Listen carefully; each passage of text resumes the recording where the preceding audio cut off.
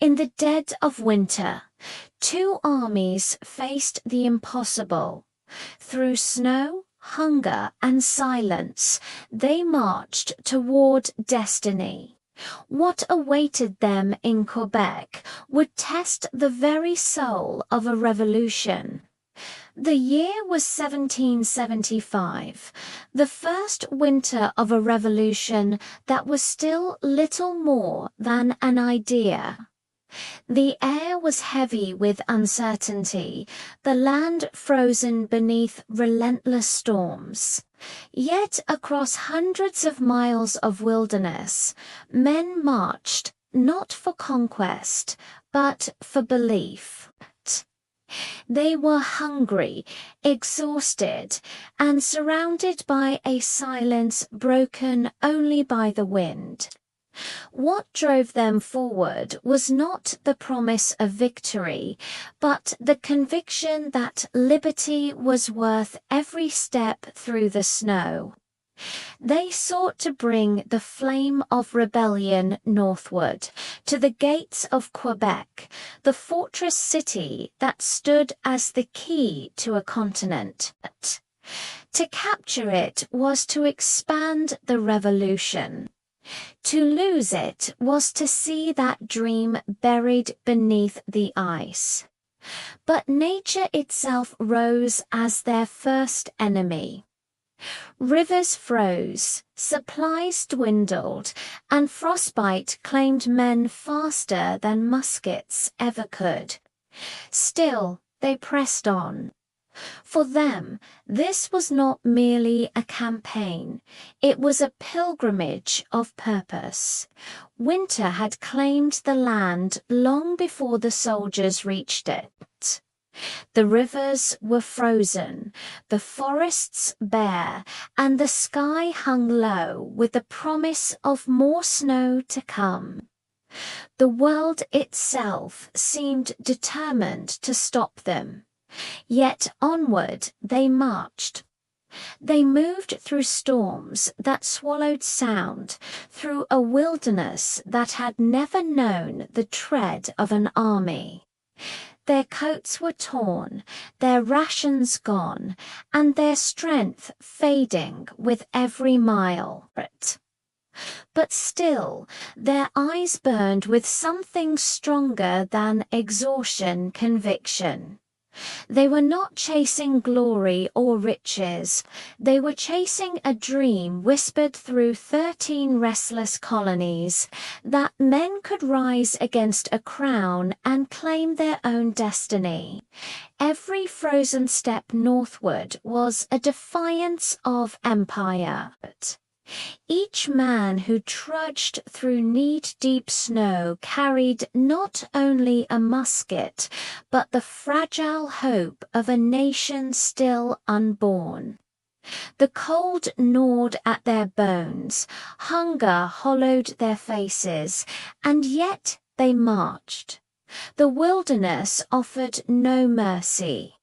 Rivers turned to traps of ice, forests hid their trails, and the heavens themselves unleashed storms that erased entire camps overnight. Horses fell and were left behind. Food dwindled until leather belts were boiled for sustenance. Yet no one turned back. Letters written home spoke not of suffering, but of duty, of a belief that even in the face of nature's wrath, the cause must endure. By day, they trudged in silence. By night, they huddled around flickering fires that barely pierced the dark. The moans of the sick blended with the howls of the wind. Frostbite claimed fingers and toes, and the snow drank the tears of the desperate, but there was something unyielding in their endurance, the sense that each hardship was proof of purpose. For them, the revolution was not fought only on battlefields, but in the silent choice to keep moving forward when the world said stop. The journey became a test of spirit as much as survival. They crossed mountains that seemed endless, rivers that devoured rafts whole, and forests so dense they blotted out the sun. But with every trial, a strange unity grew among them. Class, rank, and origin melted away in the cold. Only the shared will to reach Quebec remained. They were an army forged not by training, but by suffering. When they finally glimpsed the distant spires of the city, it was not triumph they felt, but relief, the kind born of men who had seen the edge of endurance and refused to fall. Behind them lay the frozen trail of their struggle. Ahead, the fortress that would decide whether their sacrifice would mean victory or oblivion.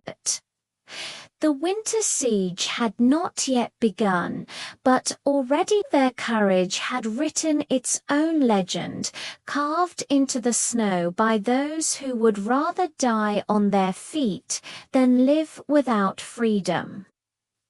The city stood silent before them, a fortress of stone and frost, rising from the edge of the river like a monument to empire. Its walls were tall, its gates iron, its defenders disciplined and determined. The men who had endured the wilderness now faced a new enemy, one not born of cold or hunger, but of fire and strategy. The air carried the tension of two worlds colliding, the raw, untested resolve of revolution against the seasoned might of imperial rule. They camped in the snow outside the city's defenses, their breath turning to mist in the frigid dawn. Supplies were gone, uniforms in tatters, yet their spirit had not broken. They knew what waited within those walls. Soldiers trained by generations of war, cannons positioned like sentinels watching over the frozen river. But they also knew what waited behind them, nothing but wilderness, emptiness, and retreat. To go forward was near suicide. To turn back was to betray the dream that had carried them this far. As the days passed, hope and frost fought for dominion in the hearts of the living. The siege began in whispers. Scouting parties moved through the shadows, searching for weakness in walls that seemed invincible. The city slept under the weight of snow, while plans were drawn in tents lit only by flickering lanterns. Maps were spread on frozen ground, hands trembling from cold as they traced lines of assault. Each stroke a gamble against fate. When the order came to strike, it came in the dead of night. Snow fell thick and silent, cloaking their advance like a shroud. They moved in columns through narrow, icy streets, guided by the dim light of torches that flickered and died in the storm. The wind screamed louder than commands, drowning out the rhythm of footsteps. Confusion became their first adversary. Units lost direction, signals failed, and what was meant to be a coordinated strike dissolved into chaos. The defenders waited. Muskets cracked from the shadows, their flashes tearing through the white darkness. Men fell into the snow without a sound, their blood steaming briefly before freezing beneath the storm.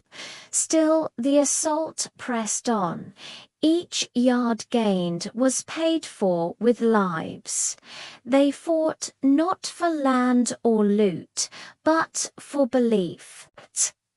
Every shout, every charge was an act of defiance against the impossible. For those who fought, defeat did not mean despair.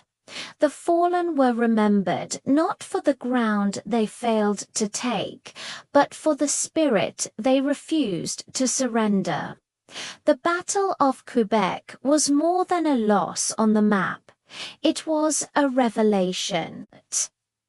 It showed the world that this revolution was not built on easy victories, but on endurance, sacrifice, and an unbreakable will. In the silence that followed, the survivors withdrew, weary but not broken. Their struggle in the snow became legend, their failure a lesson in the cost of freedom. For every empire born in power, there must first be those willing to suffer for the dream that power cannot contain. And so, in that frozen city, beneath the cold stars of a Canadian winter, the revolution learned its most powerful truth, that the road to liberty is never straight, never easy, and never without loss. But it is the journey through that darkness that forges a nation's light. Thank you for watching. If this story moved you, please consider subscribing for more tales of history's forgotten heroes. Your support helps us keep these incredible stories alive. The city's cannons roared to life, their thunder echoing off the river and the stone walls. In an instant, the swirling snowstorm turned to acrid smoke, and the smoke gave way to utter confusion. The sounds of battle swallowed every order, every shout. The frozen streets, slick with ice, became treacherous mazes of death. Men slipped, stumbled, and fell, dragging their wounded comrades as the world around them narrowed to just the next corner, the next frantic breath, the next pounding heartbeat. In the darkness, courage and desperation became one and the same. When dawn finally broke, it revealed a scene of chilling stillness. The snow was stained red. The assault had failed. Bodies lay scattered across the frozen ground, their profound silence heavier than any defeat.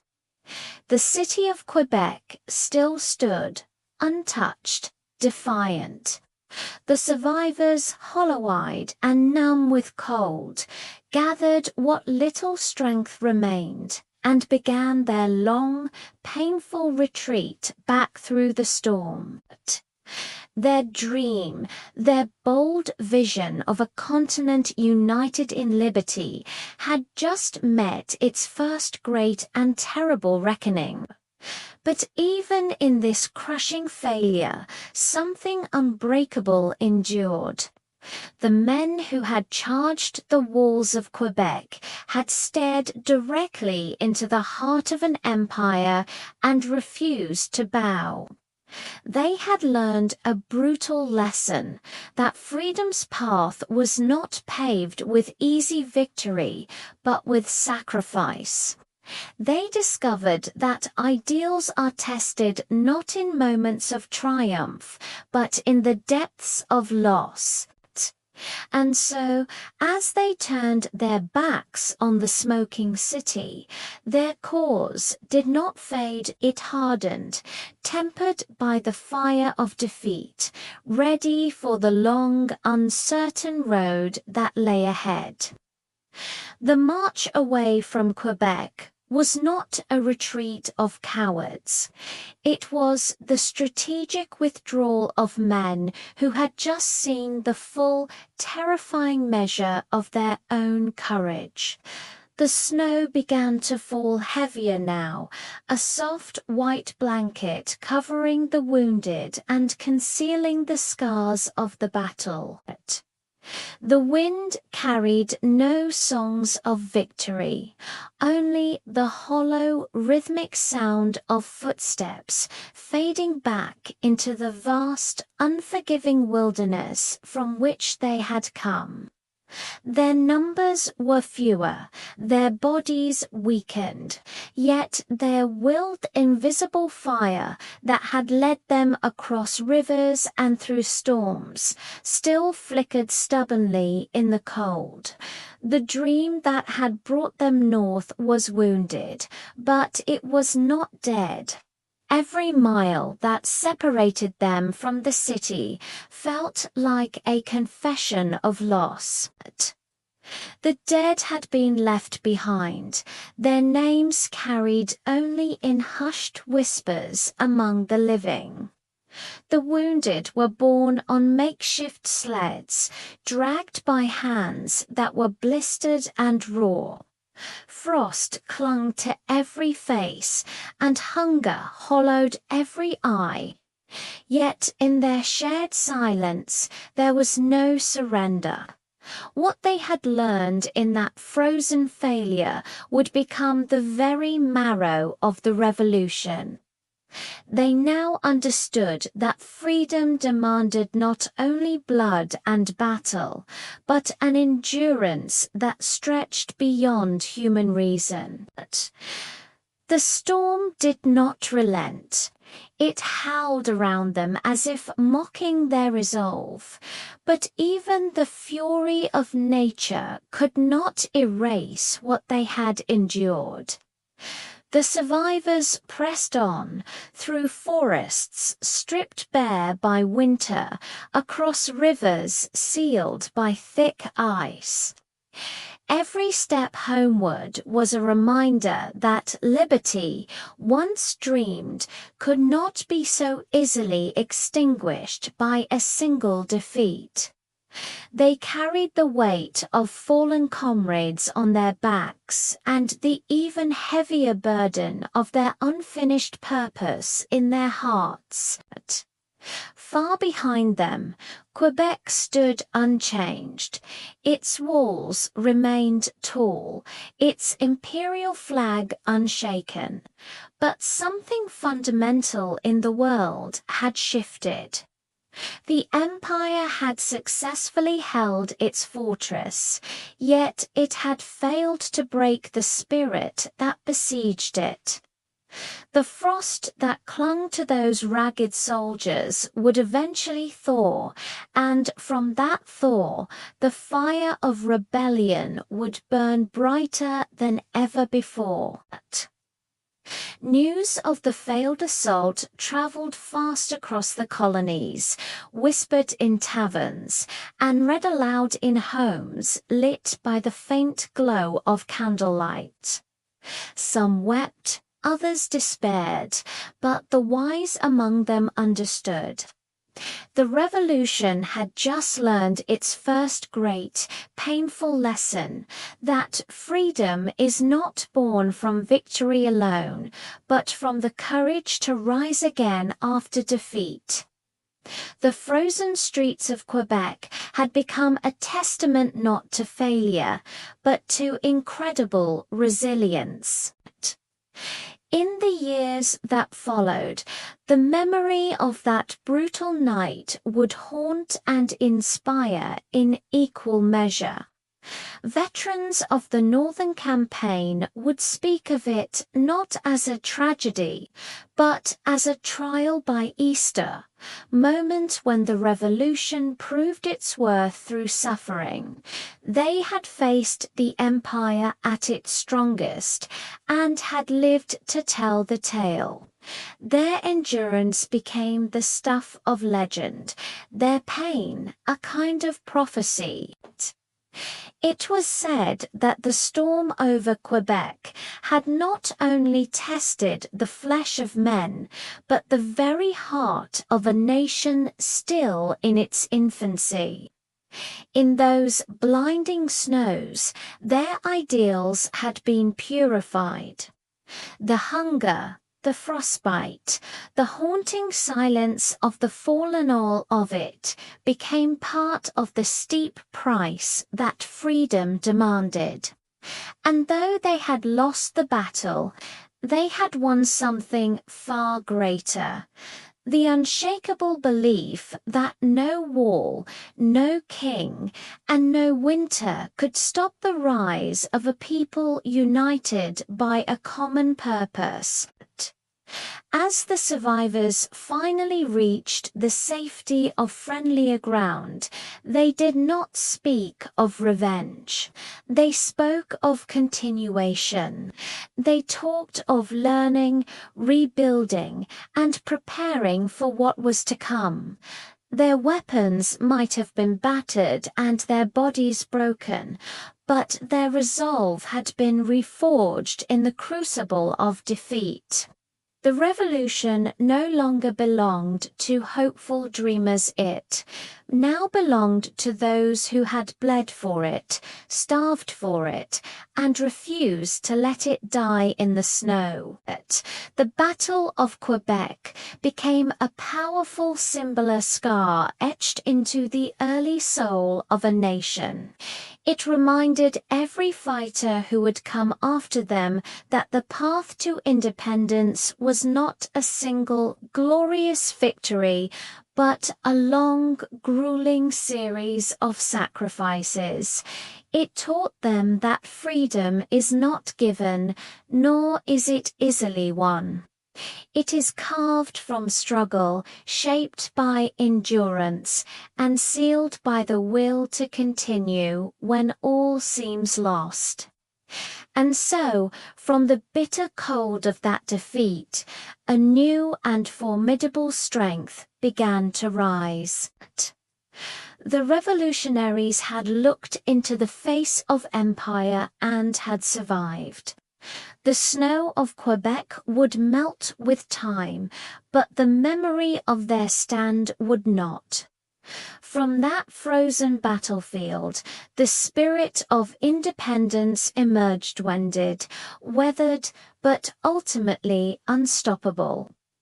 It carried forward the truth that the birth of any great nation must first pass through the darkness of its own winter.